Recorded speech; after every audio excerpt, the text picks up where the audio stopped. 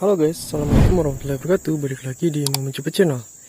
Di kesempatan kali ini saya mau cerita sedikit nih tentang pupuk alami atau pupuk organik ya teman-teman. Nah, saya baru saja habis potong rumput ya teman-teman. Ini biasa saya rutin saya lakukan setiap sebulan sekali lah paling tidak. Nah, tujuannya yang pertama itu adalah supaya rumputnya itu menjadi lebih rapi. Nah, tumbuhnya lebih rapi, kemudian nanti dia punya persebaran rumputnya itu jadi lebih melebar.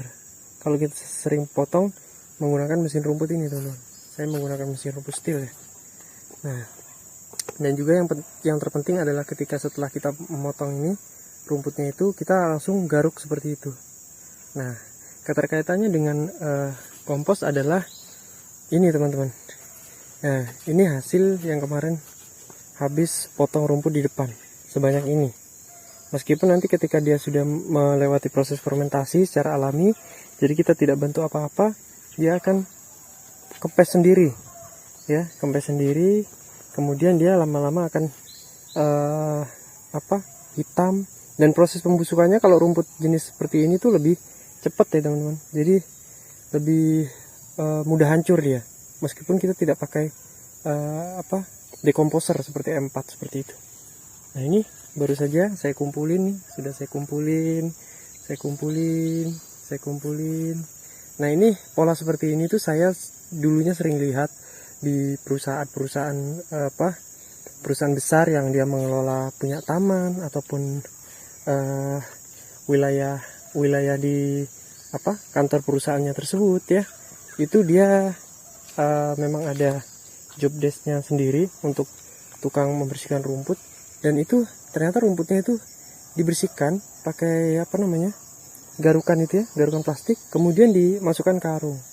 Nah, karena saya tanya dan informasi, ternyata itu adalah mau dibawa, artinya tidak dibuang secara percuma, tetapi kemudian diolah menjadi sebuah kompos. Nah, seperti itu. Nah, dari situ kemudian saya coba, pertama saya membiasakan untuk rutin memotong rumput dengan mesin rumput, sehingga hasilnya jauh lebih rapi ya, seperti ini. Kemudian saya garukin secara telaten, dan kemudian saya kumpulin, kemudian saya taruh di sini. Kalau sebelumnya itu saya taruh di sini teman-teman, nah, sebagai kompos.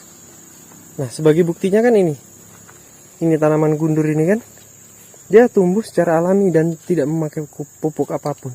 Jadi betul-betul pure dari hasil olahan kompos yang pernah saya buat di sini. Seperti itu teman-teman. Nah, jadi ini bisa dibilang pupuk tak terbatas ya. Jadi pupuk alami tak terbatas, dan tentunya kaya NPK. Nah, setahu saya itu ciri-ciri kalau tanah subur itu rumput-rumput seperti ini, rumput yang seperti ini tuh dia sangat suka tumbuh dan cepat sekali tumbuhnya. Ini nanti 2 minggu sudah mungkin yang di sini sudah mulai seperti ini lagi. Nah, rumputnya, dan ini kita bisa panen. Jadi makanya saya bilang tak terbatas tuh karena bisa dipanen setiap periode kurang lebih 1 bulan ya. Saya baru potong lagi. Nah, untuk area ini memang saya tidak potong karena dia ada tanamannya, biar aja untuk berkamuflase. Nanti kalau misalnya tanaman gundurnya udah tidak ada, baru saya bersihkan seperti itu. Nah, ini rencananya saya mau bikin konten, saya mau isi konten tanaman sayur yang saya mau rencanakan itu. Cuman memang waktunya mungkin akan tersuspending karena bentar lagi puasa ya teman-teman. Nah, gitu.